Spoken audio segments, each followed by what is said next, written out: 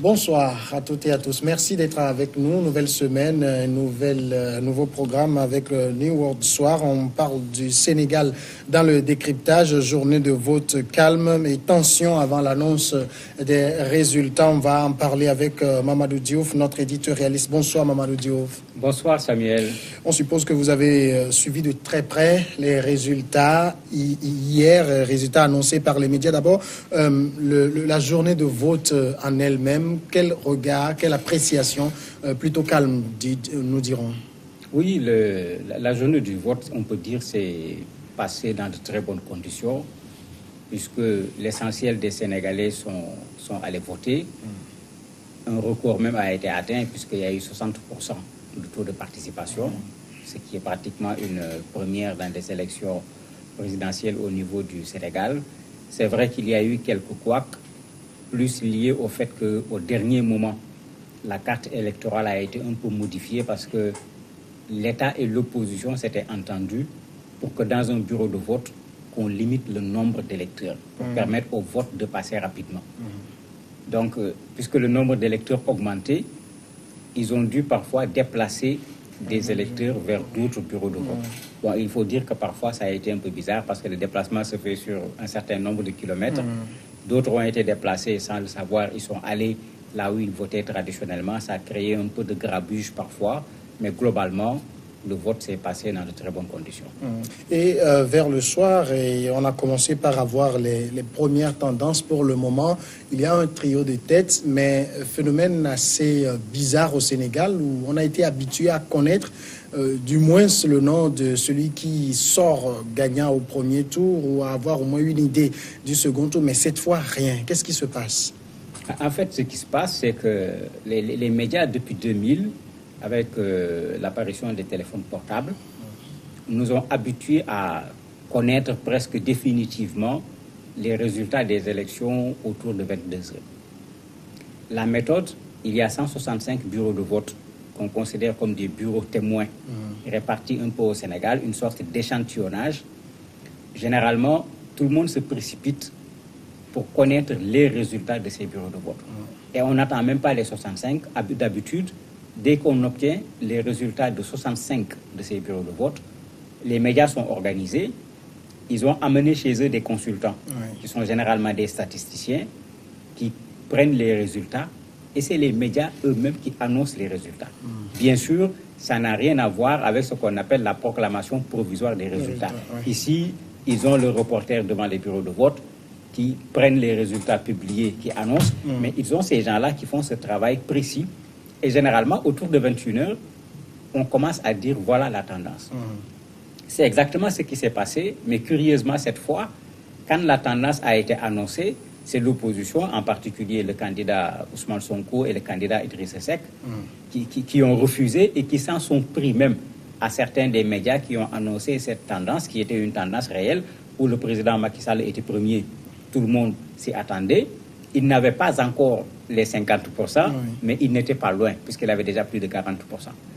Bon, eux, ils ont crié au scandale, ils ont fait même une conférence de presse, ils s'en sont pris aux médias qui ont fait cet exercice, alors que depuis 2000, c'est ce qui s'est toujours passé au Sénégal. C'est même très curieux parce que d'habitude, c'est le pouvoir qui ne voulait pas que les résultats soient diffusés, alors qu'une des garanties que les résultats des urnes, c'est bien ça le vote des citoyens, c'est ce travail formidable que les journalistes ont toujours fait. Puisqu'ils ont des gens partout, ils publient les résultats, toute la nuit, ils sont là à dire dans tel endroit, dans tel bureau de vote, dans tel centre de vote. Après, quand tu veux voler les résultats, tu vas passer par où? Puisqu'on a déjà publié les résultats, même si ce n'est pas la publication provisoire qui est la publication officielle. Malheureusement, avec cette attitude des journalistes, des deux candidats, arrivés deuxième et troisième, c'est comme si les journalistes se sont rétractés parce qu'il y a eu des échanges aigre-doux entre les journalistes et les politiques. Le syndicat, même le SYNPICS, le syndicat des journalistes, s'est levé pour dénoncer cette attitude de ces deux candidats, parce que c'est ça qui a toujours été fait au Sénégal et c'est ça qui a mélangé un peu les cartes, de sorte qu'aujourd'hui, on a toutes sortes de publications de résultats, alors que les résultats publiés par les médias sénégalais aux élections de 2000, aux élections de 2007, aux élections de 2012, c'est pratiquement ces résultats qui sont sortis au niveau des élections du Sénégal, raison pour laquelle, à chaque fois, les perdants ont félicité le gagnant avant même qu'on proclame officiellement les résultats provisoires. Je ne parle même pas des résultats définitifs. Alors, est-ce qu'il est juste de dire que cette situation crée une tension avant l'annonce des résultats provisoires? Oui, ça crée une tension, puisque en fait, la tension est due à plusieurs choses. Il faut dire que les militants de la coalition du président Macky Sall ont quand même créé un peu de grabus, si on peut l'appeler ainsi, parce que dès 19h, ils ont commencé à se regrouper au niveau de leur quartier général, comme ça se fait d'habitude, mais ils ont commencé à faire la fête, en disant qu'ils ont gagné. Bon, il se trouve que beaucoup de quartiers généraux des membres des candidats se trouvent sur la VDN. Oui. Bon, les autres ont commencé à se dire, mais qu'est-ce qu'il y a? Il y a eu des réunions ici, il y a eu des réunions là-bas. Et finalement, les deux candidats se sont retrouvés pour faire une déclaration eux aussi, pour dire qu'il n'est pas possible que quelqu'un gagne au premier tour. Bon, ceux du pouvoir également, sachant que si on le dit et que ça rentre dans l'esprit des Sénégalais, si on dit que quelqu'un a gagné au premier tour, on va le contester. Le directeur de campagne du président Macky Sall, qui est en même temps le Premier ministre, s'est levé lui également faire une déclaration pour dire aux gens, vous pouvez commencer à féliciter le président Macky Sall. Il est passé au premier tour et il donne même un chiffre avec 57%. Bon, là maintenant, c'était la confusion. Qui a raison, qui n'a pas raison? Sur les réseaux sociaux, vous avez également des chiffres qui circulent dans certains sites où certains disent que Macky a obtenu 54%, Idi a obtenu 21%, Sonko a obtenu 20%. Mais les chiffres donnés par l'opposition qui contestent, eux, ils disent au contraire que le président a entre 44 et 46%. Il n'a pas eu 50%. Il faut nécessairement au second tour. Bon, vous voyez un peu, ça met tout le monde dans l'embarras finalement. Il faut qu'on attende que la Commission nationale de recensement des votes qui est en train de travailler finisse son travail et elle va publier les résultats provisoires en attendant qu'on les envoie à la Cour pour leur confirmation. Techniquement, cette commission a quel délai pour publier les résultats? Jusqu'au vendredi minuit au plus tard. Mais ça n'a jamais duré parce que, comme j'ai dit, les médias ont toujours donné un résultat et ce résultat a généralement été à chaque fois confirmé parce que vous aviez les médias, vous avez la société civile, les gens, il y a un groupe qui s'est organisé dans un hôtel qui ont toujours suivi les élections avec leurs observateurs et tout, qui sont là-bas, qui ont eux également recensé des votes. Les résultats n'ont jamais posé problème au Sénégal, sauf quand il y a eu de la manipulation politique. Et cette fois, ça ressemble un peu à ça. Certains ne veulent pas entendre parler d'un résultat qui permet au candidat Macky Sall de passer au premier tour. Ben, ceux de Macky Sall également ne veulent pas entendre parler d'un second tour. Donc, dans la manipulation des chiffres, il y a un peu ce travail des politiques qui brouille ce résultat, alors qu'au départ, ce n'est pas les politiques qui donnaient les chiffres. Quand les médias donnaient les chiffres, ce n'était pas les politiques, c'est les médias qui retransmettaient ce qu'ils ont obtenu. Ça permettait aux gens, avant de se coucher, d'avoir une idée claire sur les résultats des élections, ce qui malheureusement n'a pas été le cas cette fois. En tout cas, à l'heure où nous parlons, il y a une chose qui est confirmée, c'est qu'on a un trio de têtes qui se dégage. Oui, c'est clair. Macky premier, Idi deuxième, Sonko troisième. Et même ça, un peu discutable. Parce que sur certains résultats qui sont au niveau de certains sites des médias, Idi à 21%, Sonko à 20%. Donc, à 1%, ça peut bouger. Mais on ne peut rien dire parce que la Sénat, comme nous l'appelons chez nous, parce que ce n'est pas une CENI chez nous, c'est une Sénat, la Sénat va faire le travail qu'il faut. Ça prend du temps parce que chez nous, c'est le papier qui fait foi. Ils prennent tous les procès-verbaux, ils vont les regarder un par un, les confirmer. S'ils ne s'entendent pas sur un procès-verbal, ils réclament le procès-verbal de la Sénat. Je parle de la commission qui recense les voix. En ce moment, c'est le procès-verbal de la Sénat qui fait foi. S'il y a des réserves, les gens mentionnent les réserves. Et après, c'est ces éléments qu'on envoie au niveau de la justice pour confirmer ces résultats-là. Est-ce qu'il y a une surprise dans ce trio de têtes? Ici, il y a une surprise, c'est bien le candidat Ousmane Sonko. Parce qu'il est natif du Sud. Il a vraiment raflé dans le Sud. La presse dit même qu'il a fait mieux que tous ceux qui ont été des ténors du Sud, quel que soit le parti auquel ils ont appartenu. À l'international, quand on enlève l'Afrique, il est premier. C'est au niveau de l'Afrique que le président Macky Sall a gagné et que, bon, puisqu'il y a plus de Sénégalais qui ont voté sur le continent africain que sur les autres espaces, le président Macky Sall se retrouve pratiquement devant sur ce plan-là. Au niveau national également, il a fait de très bons scores, là où parfois on ne l'attendait pas, mais ce n'est pas véritablement une surprise puisque depuis qu'il s'est mêlé à la politique, tout le monde a vu cette montée de façon progressive. On ne l'attendait certainement pas jusqu'à ce niveau, mais tout le monde savait que c'était lui l'inconnu qui pouvait mélanger le jeu au niveau de ces élections.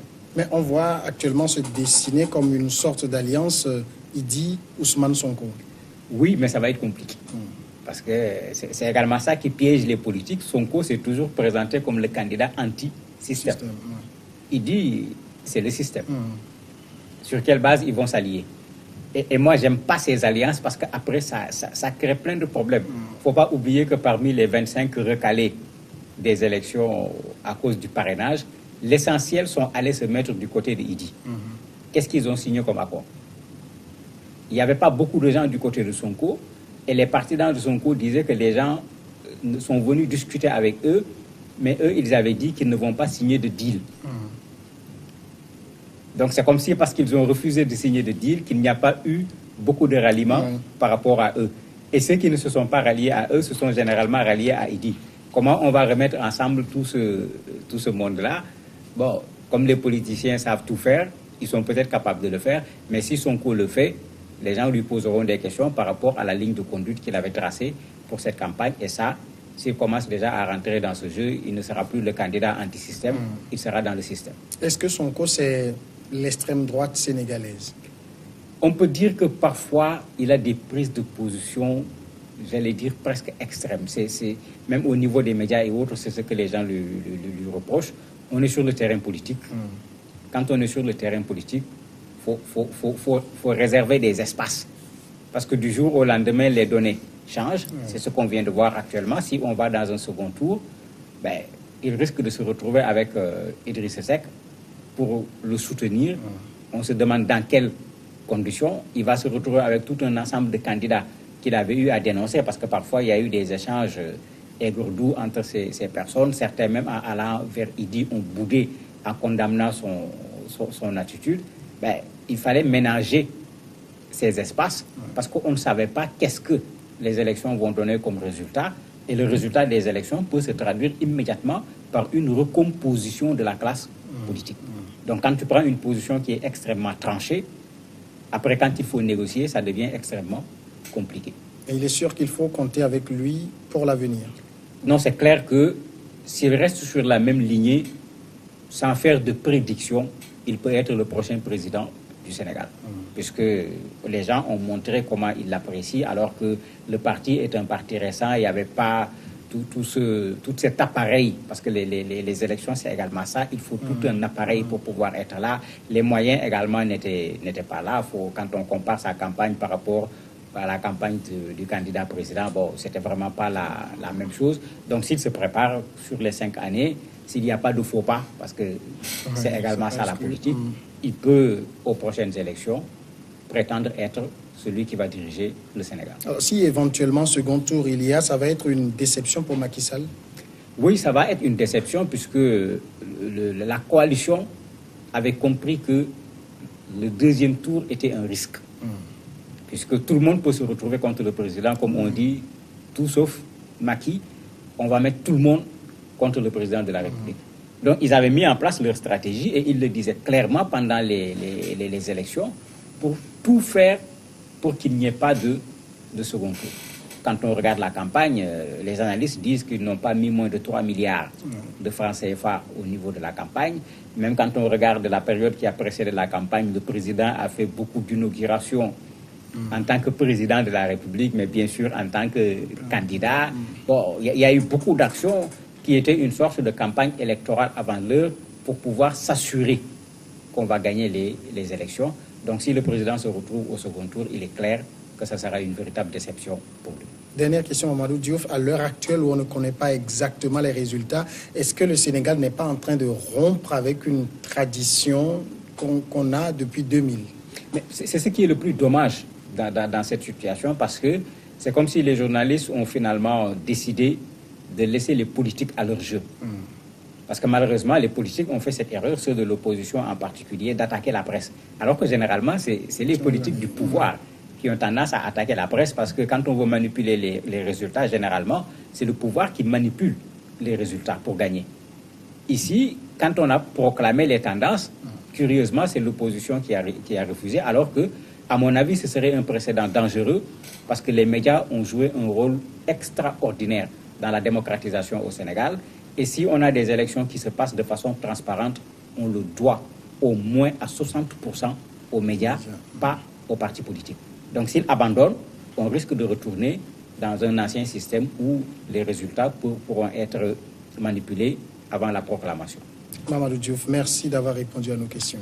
C'est moi qui vous remercie. Et nous suivons de très près la situation au Sénégal. On en parlera bien sûr si évolution il y a. On marque la pause et après on passe à l'invité de ce jour.